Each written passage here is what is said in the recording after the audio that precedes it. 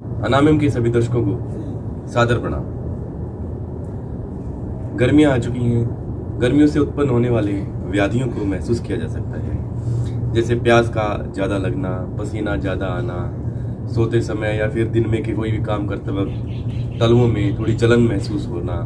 इस तरह की जो गर्मी से रिलेटेड प्रॉब्लम्स हैं उनको हम महसूस कर सकते हैं। जिनके शरीर की तासीर गर्म है, जो गर्मी को ज़्यादा सहन नहीं कर पाते हैं, तो उनके साथ प्रॉब्लम्स और ज़्यादा बढ़ जाती हैं, जैसे कि नक्सीर फटना, ब्लीडिंग नोज, बहुत ज़्यादा पसीना आना, सांस लेने में दिक्कत होनी शुरू हो जाना, हांफने लग जाना। इस तरह की प्रॉब्लम्स गर्मियों में अक्सर शुरू हो जाती हैं। तो इन प्रॉब्लम्स से उपाय के लिए योग में प्रबंध किया गया है।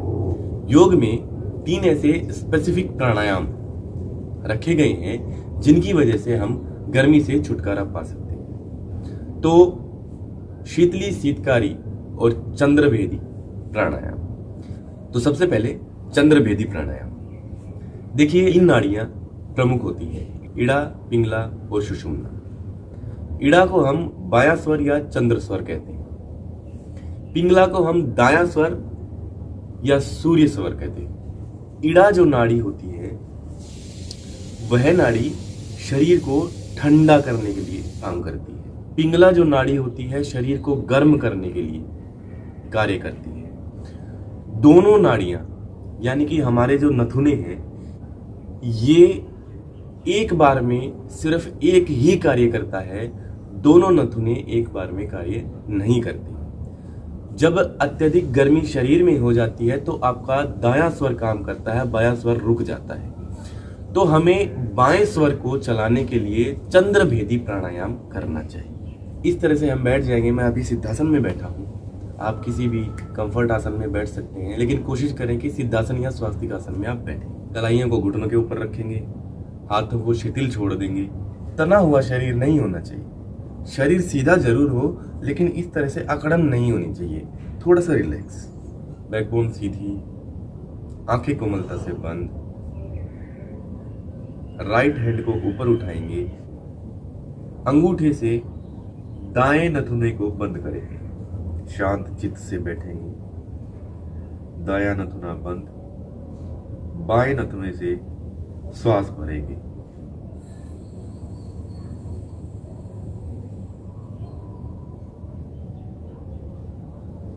सांस को रोकेंगे,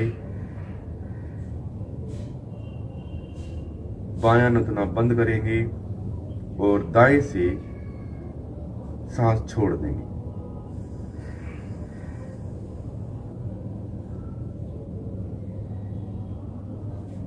दोबारा से दायां नथुना बंद करेंगे, बाएं से श्वास लेंगे, कुंभक करेंगे और दाएं से छोड़ देंगे।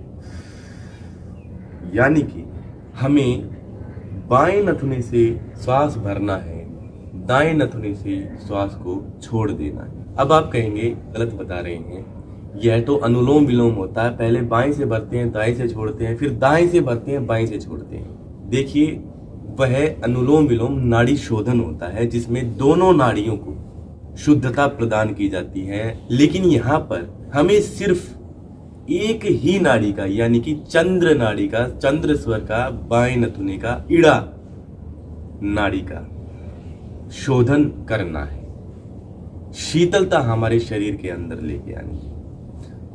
तो हमें सिर्फ एक ही नाड़ी के ऊपर कंसंट्रेट करना है और इस नाड़ी को हमें चलाना है, शरीर में ठंडक की तासीर बनाने के लिए। इसीलिए इसे चंद्रभेदी प्राणायाम कहा जाता है। रेशियो होगा हमारा 1-4-2। यदि हमें 1 सेकंड लग रही है सांस को भरने में, तो रोकने में 4 सेकंड का समय लगना चाहिए और छोड़ने में 2 सेकंड का समय लगना चाहिए। लेकिन यदि आप कुंभक नहीं कर सकते हैं तो उसमें कोई आपत्ति नहीं है। आप नॉर्मल रूटीन में सिर्फ 1 के रेशियो में ये कार्य कर सकते हैं। हमारा दूसरा प्राणायाम है शीतली। अब जैसा कि नाम से ही पता चलता है, जिसमें शीतलता है। इस तरह से हम सीधे बैठ जाएंगे। नासिग्रह हमारी दृष्टि होगी, यानी नाक के ऊपर हम देखेंगे और अपनी जीभ को बाहर निकालकर थोड़ा सा और मोड़ लेंगे जीभ को इस तरह से, और मोड़ने के पश्चात हम धीरे धीरे हवा को उस जीभ की पाइप से अंदर की तरफ भरेंगे।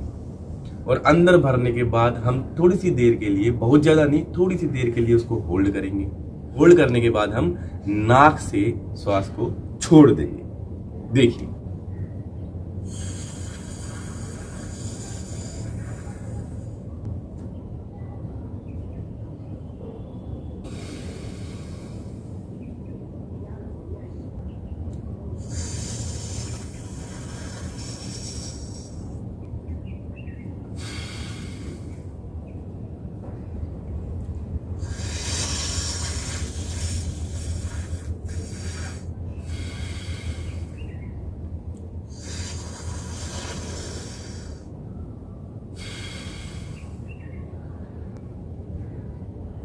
इस तरह से हम शीतली का अभ्यास करें। बहुत ज्यादा मोड़ने की जरूरत नहीं है, बहुत ज्यादा बाहर निकालने की जरूरत नहीं है। सिंपल हमें एक स्ट्रो टाइप में उसको बनाना है और उस हवा को हमें सक करना है।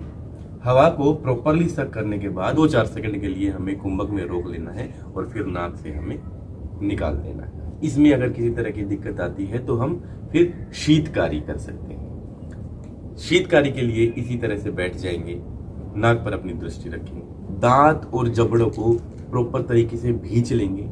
भींचने के बाद हमें होठों को खोलकर, दांतों को भींचकर, होठों को खोलकर और हवा को अंदर इनहेल करेंगे।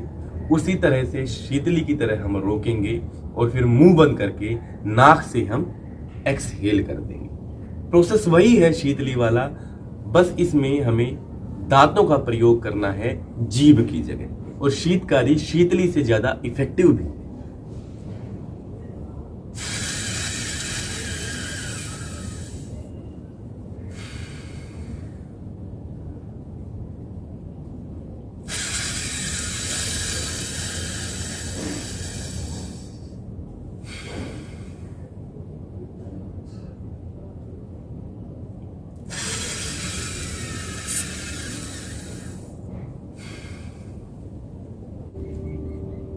यानी कि शीतली और शीतकारी में दोनों ही स्थितियां ये रहेंगी कि हमें मुंह से इनहेल करना है, हल्का सा हमें रोकना है कुंभक में और नाक से एक्सहेल कर देना है। कितना करें?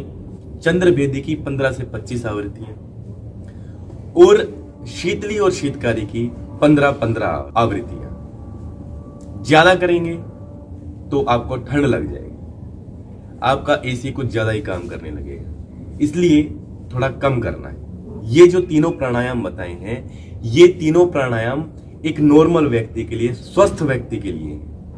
यदि शरीर में किसी तरह की गड़बड़ी है अदर देन गर्मी, तो आप उसको बिल्कुल भी ना करें। यह प्राणायाम शारीरिक या सर में जो हमारी गर्मी बन जाती है, उस गर्मी को शांत करने के लिए यह प्राणायाम।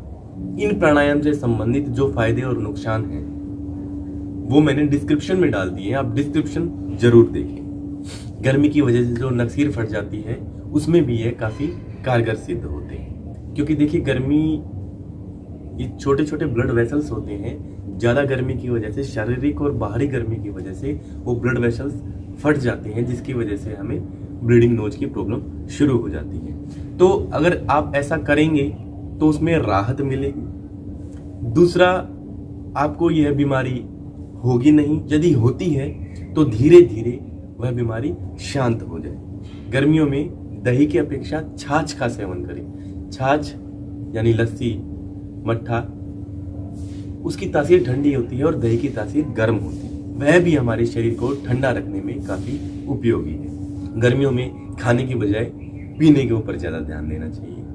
पीने का मतलब शीतल पे बेल का जूस, नारियल पानी, मौसमी का जूस, इन जूसेस का हमें इस्तेमाल करना चाहिए।